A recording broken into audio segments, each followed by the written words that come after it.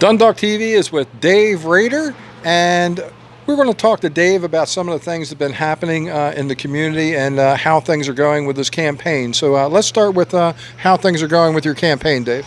Things are going really good. It's slow and steady, but strong, just like a freight train.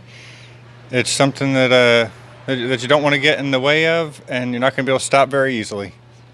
Okay, and you did a video with us before, and we have been talking about having a debate with Todd Crandall. So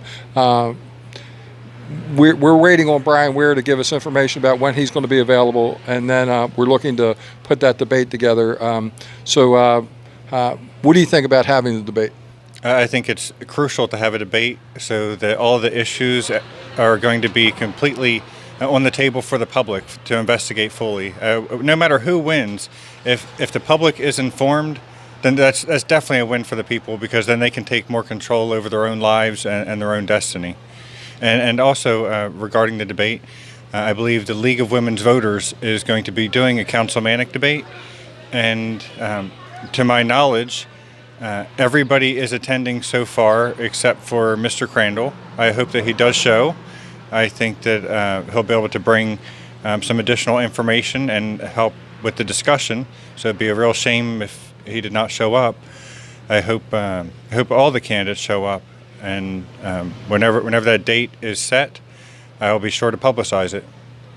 And what kind of feedback are you getting from the community? And there's multiple candidates running for this. So what kind of feedback are you getting from the community personally, what you're doing, and then also about all these candidates running as well? I think that that most people are very interested that there's so many candidates running, and there's some people who think that it makes things lopsided towards one candidate or another. And as I've stated before, I think that it's really going to be a win for the people with having this much discussion out there, because there's a lot of discussion going on simply because there's so many candidates. It's getting issues out into the public sphere that normally wouldn't even make headlines. But right now, we're educating each other. We're educating the public, and we're listening to the public and hearing what they have to say. And what they're saying is that they are basically being left out of the loop. There are a few people who are in the loop, but it seems almost as if you have to pay to get in the loop. And the average person in Dundalk, in Essex, Edgemere, all of these places, the average person just doesn't have enough money to be heard. And that's not the way it's supposed to work. You're supposed to hear everybody and then take into consideration what everybody's saying and try to balance out those needs across the board, and not be slanted towards who's paying for your eartime. Right. You don't want to have to buy it, and it's not about money. It's about representing the people. And I 100% believe that you should be elected on what you're doing, not by how much money you have, how many ads you can put out there. And a lot of times the people are that are running are just putting something out there. And I tell people that are saying that they are going to do their research, I could just take, let's say, Todd Crandall's stuff and put it out there as mine. And if you read that and say, oh, well, look, he looks great. So you have to go beyond just doing the research of looking at things online and seeing what the candidates are rating out there and believing it, because it's not truthful a lot of times, and a lot of different candidates cases, and you really have to keep an ear to the ground about what's going on. And we need informed voters this time going to the polls. The voters voted, and I commend them for voting for change in 2014. Governor Hogan was a big part of the change. The newly elected officials on the Republicans in our area, I voted for all of them, with the exception of our useless senator, Johnny Ray Salings. But the only one I'm going to vote for this time is Robin Grammer, because he's the only one that I feel has done a good job. The rest of them, they said they were going to do stuff, but they have not lived up to their promise. I understand. And I think, like you said again, the having an informed voter is definitely a win for everybody. It's really the goal. If everybody was informed, we would have much better government and a much more accountable government.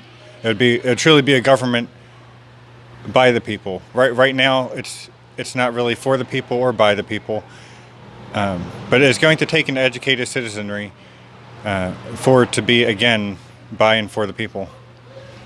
And I've known Dave for a long time, and I've known him since he was a young guy, teenager, and he's one of the most honest people that I know. He is very caring. He listens to people. I know that he will do the right things if he is elected. And one of the things is that he wants to hear the voice of the people, and he is very concerned about the different projects that are going on with the developers and how that's being pushed. That's one of his biggest issues that he's working on. What else are you working on, Dave? I'm also working on environmental issues. I want to make sure that we don't have overdevelopment, like you were saying. That also ties in with the environmental issues. And there's a lot of other development that's not necessarily overdevelopment, but it's redevelopment in the same area. Specifically, I'm speaking about Trade Point Atlantic. They're doing a lot of work over there, which I think is really good. At the same time, I want to make sure that they are